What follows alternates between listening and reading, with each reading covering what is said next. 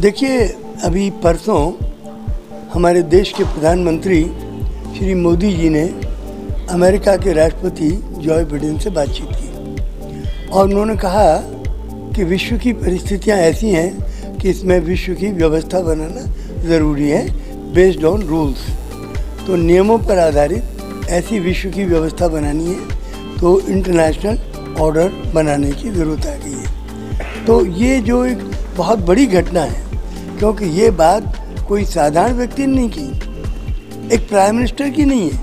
एक वर्ल्ड के ऐसे प्राइम मिनिस्टर की है जो त्यागी है, तपस्वी है और जिसका जीवन समाज के लिए लगा हुआ है। और जिस व्यक्ति ने अपना कोई कोटा, परमिट, लाइसेंस कभी नहीं लिया कुछ भी, तो उस व्यक्ति का ये एक घोषणा, और मैं करीब पिछले 10 वर्षों से उन्हें पत्र लिख रहा था। चीफ जस्टिस कॉन्फ्रेंस के माध्यम से मैंने बहुत पत्र लिखे कि वर्ल्ड की व्यवस्था बनाने की ज़रूरत है और ही वॉज फाइनली कन्विंस्ड। और इतने कन्विंस हो गए कि वसुधैव कुटुंबकम जो हमारा आदर्श है और जो हमारा भारतीय संविधान है जिसमें लिखा है the state shall endeavour to promote international peace and security, be maintain just and honourable relations between nations, C foster respect for international law, and D encourage settlement of international disputes by arbitration। तो ये, और उन्होंने इस बात को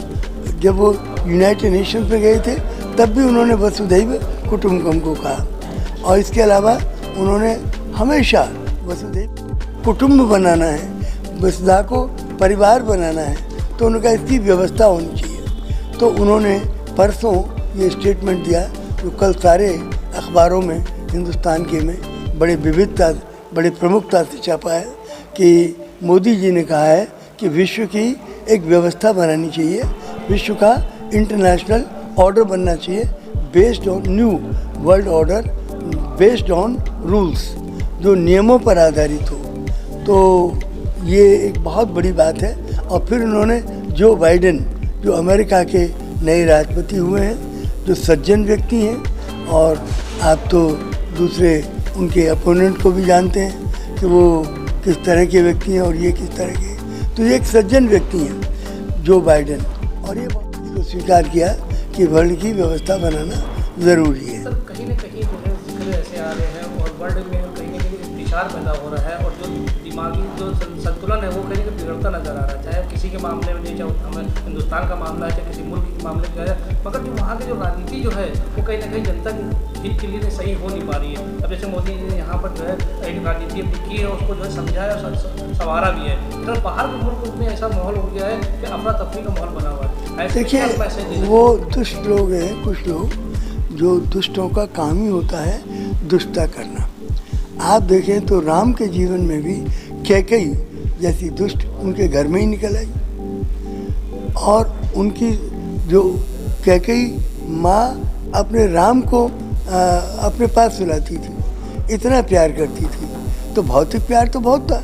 लेकिन जब इम्तहान आया आध्यात्मिक का तो फिर वो फिसल गई कि मेरे बच्चे राजगद्दी पे बैठे, ये क्यों बैठे। तो कहने का तात्पर्य है कि देखिए, इस दुनिया में बहुत सारे,